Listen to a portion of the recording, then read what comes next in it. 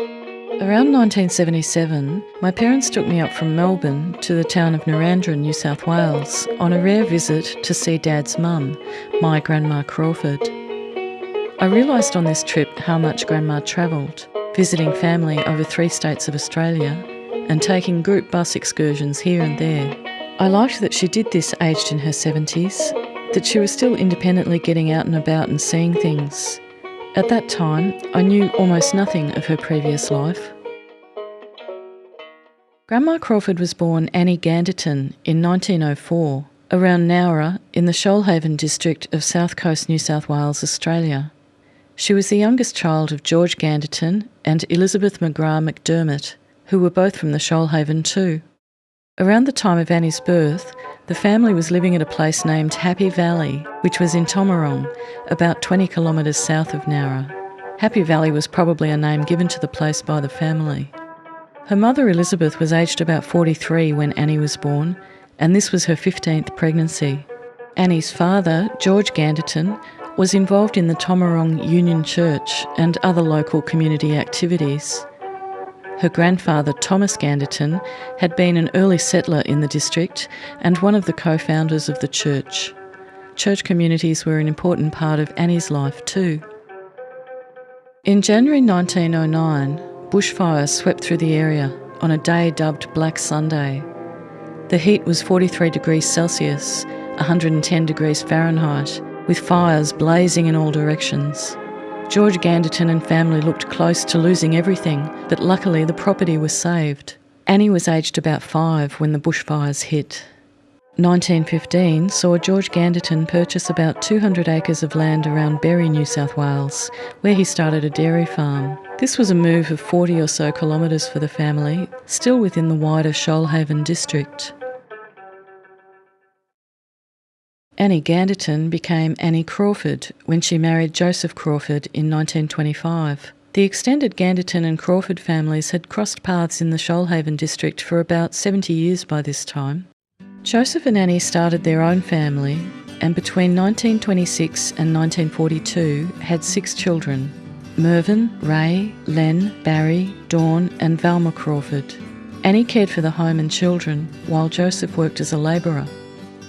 Berry, Nowra and nearby Tarara were home to Joseph, Annie and the children over this time. This era that Annie, Joseph and family lived through was largely taken up with surviving the Great Depression, a time of severe hardship in Australia and internationally. It was especially difficult for the families of labourers like Joseph. Living on the infrequent job and the dole ration.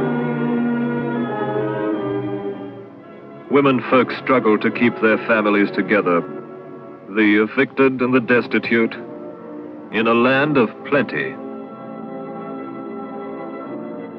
The Depression hit the New South Wales economy with great severity. Unemployment, already high at 10% in mid-1929, hit almost 32% in mid-1932. Social consequences of the Great Depression included working-class children consistently leaving school at 13 or 14 years old. Because of the economic downturn, people's lives changed drastically. During the Great Depression, people gambled more. £40 million in New South Wales alone changes hands in bets from pounds to threepenny pieces every year. 2 Up, the national Australian sport, and men will gamble their dole tickets on what's supposed to be a pastime, while the children of forgotten areas look on. Children given no chance for the future. Sometime between 1943 and 1949, husband Joseph left the family and went to live about 1,000 kilometres away around Wilcannia, New South Wales. The problems the family had faced appear to have taken their toll. Annie remained around Nowra with the children, some still very young. They had been married for about 20 years at the time of his departure. I don't think they ever divorced, but as far as I know, Joseph and Annie had little or no contact after he left. He died in 1974 around Wilcannia. I was told there were a lot of people at his funeral and that he seemed to have been popular in the local community. Joseph Crawford was the grandfather I never met. Annie continued to live around Tarara and Nowra until the mid-1950s. For at least some of this time, she was working as a laundress as well as caring for her children. Then she moved to Narrandera, New South Wales. She lived there for about another 40 years, travelling interstate, visiting and caring for family, and being present for important life events such as the births of grandchildren. Annie Ganderton Crawford died aged 90 in Narrandera in 1995. My cousin Janet Kirtley is a granddaughter who lived with Annie in Narrandera for a year or two as a very young child. She remembers our grandma this way. My earliest memory is of staying with her at her house eating Weet-Bix. She was so kind to me and always patient. I don't recall any anger or anything bad that happened while at Grandma's. In fact, when Mum came to pick me up, I didn't want to go. I recall visits to see her and always look forward to these. We really had a laugh to see her shuffling cards.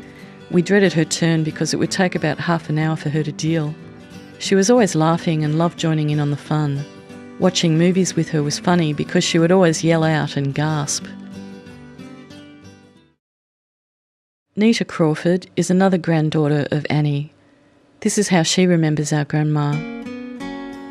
She never had favourites.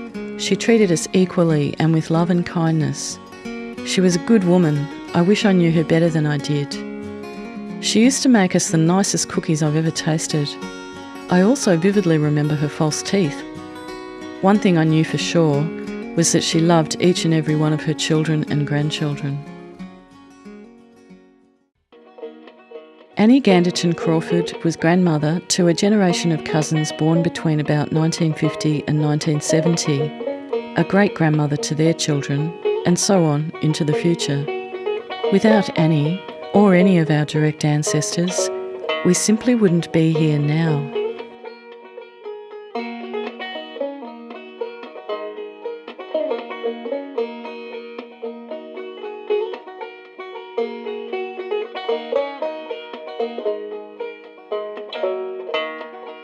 I'm just a poor wayfaring stranger, traveling through a world of woe.